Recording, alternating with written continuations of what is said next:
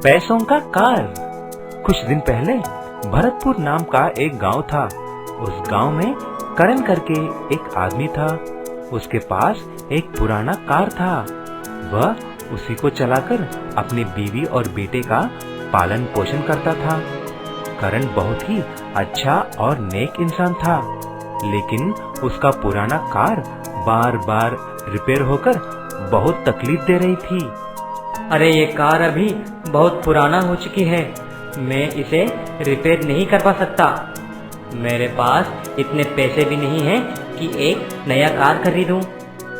एक दिन अपने कार में शहर जा रहा था, तभी उसने एक घायल गाय को देखा। तुरंत वह कार रोक के, अरे इस गाय को बहुत बुरी तरह घाव है, इसको मुझे मदद करनी चाहिए। ऐसा सोचकर उस गाय को अपने कार में डालकर शहर में अस्पताल लेके गया। उस गाय को इलाज करवाया। डॉक्टर उस गाय को एक इंजेक्शन और दवा डालते हैं। गाय बिल्कुल ठीक हो जाती है। तभी वह गाय एक देवता के रूप में बदल जाती है। मानव, मैं एक श्राप की वजह से एक गाय बन चुकी हूँ। एक लॉरी वाले की एक्सीडेंट की वजह से मैं घायल हो गई। आपने मुझे बहुत सेवा किया। आप एक नेक इंसान हैं। बोलो, आपकी क्या इच्छा है? देवता, मेरी कार बहुत पुरानी हो चुकी है, आप उसे ठीक करवा दीजिए बस। बेटा करण, मैं एक वरदान दे रही हूँ, आप इससे कुछ अच्छा ही मांग सकते हैं। मुझे और कुछ नहीं चाहिए माँ, बस मेरी कार को ठीक करवा दो। बेटा, मैं आपकी कार को एक मनी कार में बदल डालता हूँ। और हाँ, हर पौर्णमी की रात को इस कार में से पैसों की बंड लाएंगे, उससे आप खुशी से रहना। देवता ऐसे बोलते ही कार एक मनी कार में बदल जाती है। ये सारी बात करण आकर उसकी बीवी को बोला। उसने यकीन नहीं कर पाई। ये आप क्या बोल रहे हैं जी? आखिर ये बात कल ही पता चल जाएगी, क्योंकि कल ही पौर्णमी है। अगर आपकी बात सच निकली तो इस मनी कार में से नोटों के बंडल निकलना है। उस पौर्णमी की रात करण और उसकी बीवी कार के सामने ही इंतजार कर रहे थे। अचानक से आसमान से एक बहुत बड़ी रोशनी आकर कार पर पड़ती है और उस मनी कार के अंदर से ढेर सारे नोटों के बंडल बाहर आकर गिरते हैं। दोनों बहुत खुश हो जाते हैं। अजी, सुनते हो? आपकी देवता की बोली सच निकली। हम इस पैसों से एक बड़ा जमीन और घर खरीदेंगे और कुछ पैसे गांव के गरीबों को भी दे देंगे। ऐसा करण और उसका पत्नी अमीर हो जाते हैं। हर महीने आए हुए पैसे गांव के गरीबों में बांट लेते हैं। Auto train. सुंदरपुर नाम के एक छोटा सा गांव था। उस गांव में 500 साल पुराना एक बड़ा मंदिर था। उस चारित्रिक मंदिर को देखने बहुत सारे लोग हर रोज वहां पर आते थे। उन यात्रियों को मंदिर तक पहुंचाने के लिए उस गांव में सिर्फ 2 ही ऑटो वाले थे।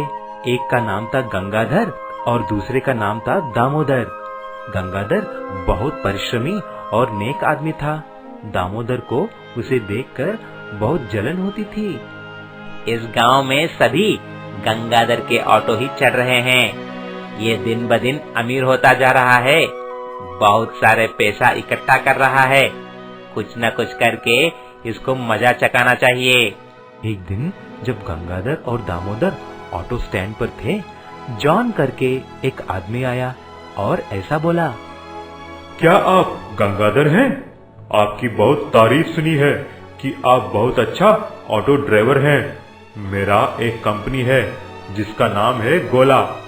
ये एक ऑटो ट्रांसपोर्ट कंपनी है। अगर आप हमें 5 लाख रुपए देंगे तो हम आपको 10 ऑटो देंगे, जिससे हम दोनों को मुनाफा होगा। 5 लाख में 10 ऑटो? ये तो अद्भुत है। मैं कल ही आपको 5 लाख दे दूंगा।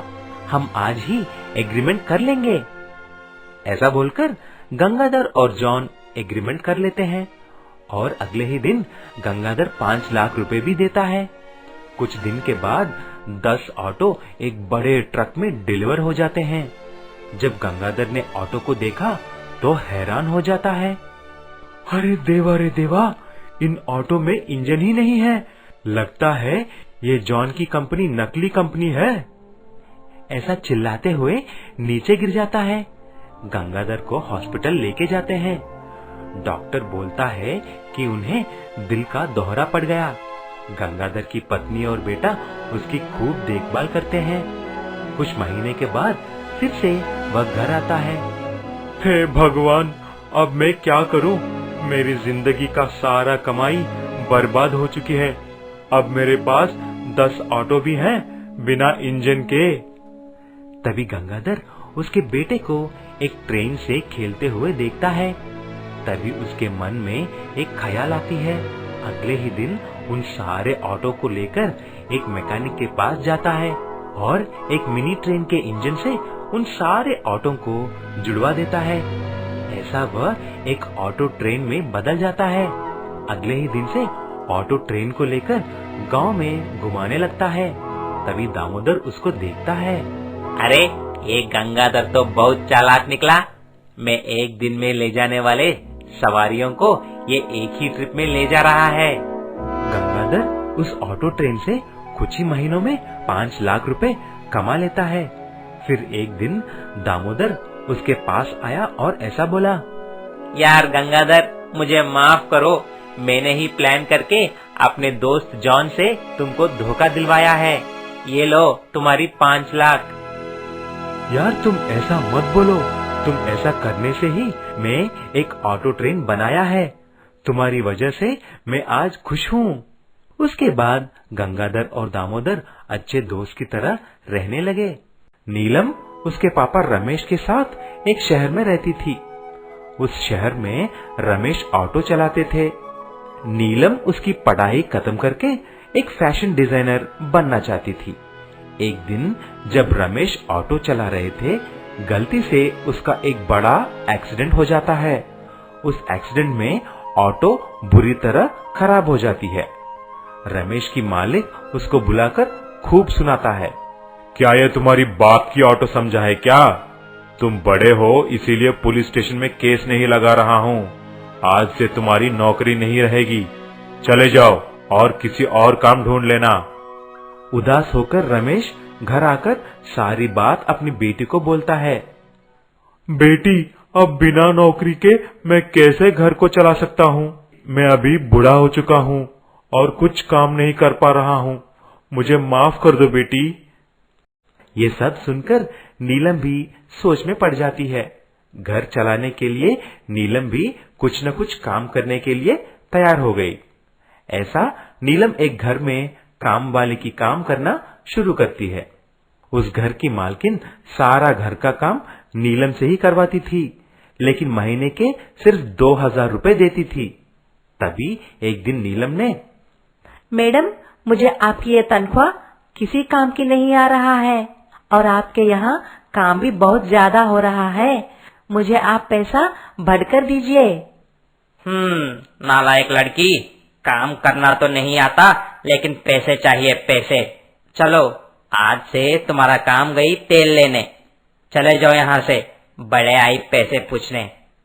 नीलम की मालकिन ऐसा बोलकर उसको काम से निकाल देती है। फिर नीलम रोते रोते जंगल में चली जाती है। थोड़े दूर जाते ही उसको एक पेड़ दिखाई दिया जिसपे बहुत सारे नेल पॉलिश के बॉटल थे। हर एक डाल पर तरह तरह के नेल पॉलिश थे।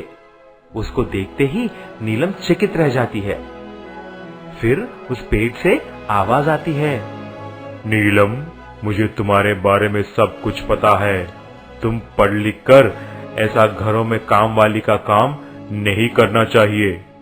तुम देख रहे हो ना, मेरे शाखाओं पे नेल पॉलिश बॉटल हैं। तुम इन्हें ले जाकर नेल पॉलिश की व्यापार शुरू करो। मेहनत करो, तुम्हारी सारी तकलीफें दूर हो जाएंगे। ये बात सुनते ही नीलम उन नेल पॉलिश बोतलों को तोड़कर अपने साथ घर ले जाती है। अगले ही दिन से उसका नेल पॉलिश का व्यापार शुरू करती है। जैसा ही उसको फैशन डिजाइनिंग में काम करनी थी, वह नेल पॉलिश आर्ट को सीखकर सारे कस्टमर्स को नेल आर्ट करती है। ऐसा ही उसका व्यापार बहुत अच्छी तरह बढ़ जाती है। पिताजी, ये देखिए, अभी मेरा व्यापार बहुत अच्छी तरह चल रहा है। आपको काम करने की जरूरत ही नहीं है। ऐसा नीलम फिर से जंगल आकर उस पेड़ को धन्यवाद बोलती है। हमको हमेशा अपने ऊपर ही निर्भर होना चाहिए।